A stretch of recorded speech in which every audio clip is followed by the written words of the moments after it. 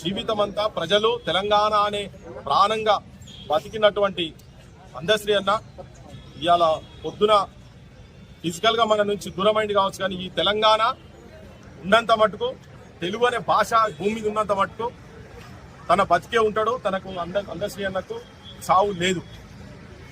నాతోని మేమిద్దరం కొన్ని వందలాది స్టేజ్ల మీద తెలంగాణ ఉద్యమంలో భాగస్వామ్యం అయినాం. ఎప్పుడు పేద జనం పట్ల ఎప్పుడు ఏదో ఒకటి ఉన్నది ఉన్నట్టుగా మాట్లాడి ఉన్నది ఉన్నట్టుగా రాసి రాజ్యాన్ని ప్రశ్నించే తత్వం కూడా తన లోపల బాగుండే. గత 10 సంవత్సరాలు తెలంగాణకు తన ఏదైతే కలలు కన్నాడో ఆ తెలంగాణ రాలేదని చెప్పి ఎప్పుడు మదన పడతా ఉండే. దాంతోనే మళ్ళా మొన్న కాంగ్రెస్ ప్రభుత్వం వచ్చిన తర్వాత తన గేయాన్ని తనకు కొంచెం గౌరవం ఇచ్చిన విషయం కూడా వాస్తవమే. దాంట్లో అక్కడక్కడ కొంచెం అటు ఇటు ఉన్నా కానీ వాస్తవమే. కానీ ఏంటంటే అందశ్రీ అన్న కేవలం తెలంగాణ సమస్యల గురించే కాదు, గ్లోబలైజేషన్ తర్వాత మనిషి అనేటోడు మానవత్వం ఎట్లా కోల్పోయిందనేది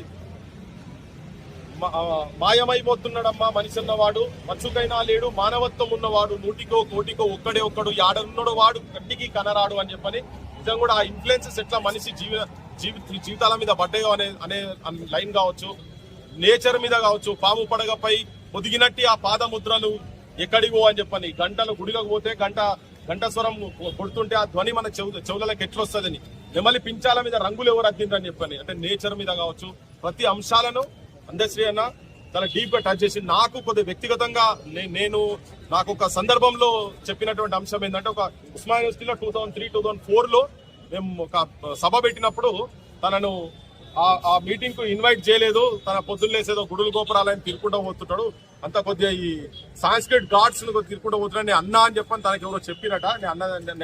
నేను అట్లే మాట్లాడలే అన్న గానీ దాని తర్వాత నీ గురించి ఒక పాట రాసిన అని చెప్తాడు.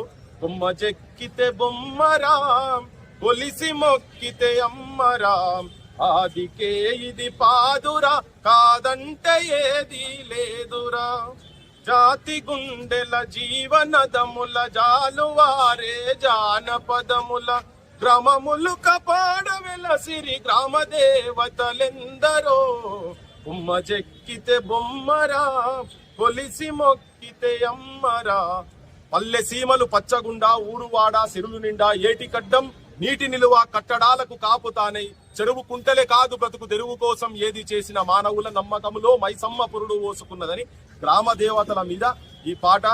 నీ గురించి నువ్వు నన్ను అట్లా అన్నావని చెప్పి నేను నీ గురించి రాసిన అనేది నాకు పొద్దుటి నుంచి దాదాపు ఒక ఊకే అది నాకు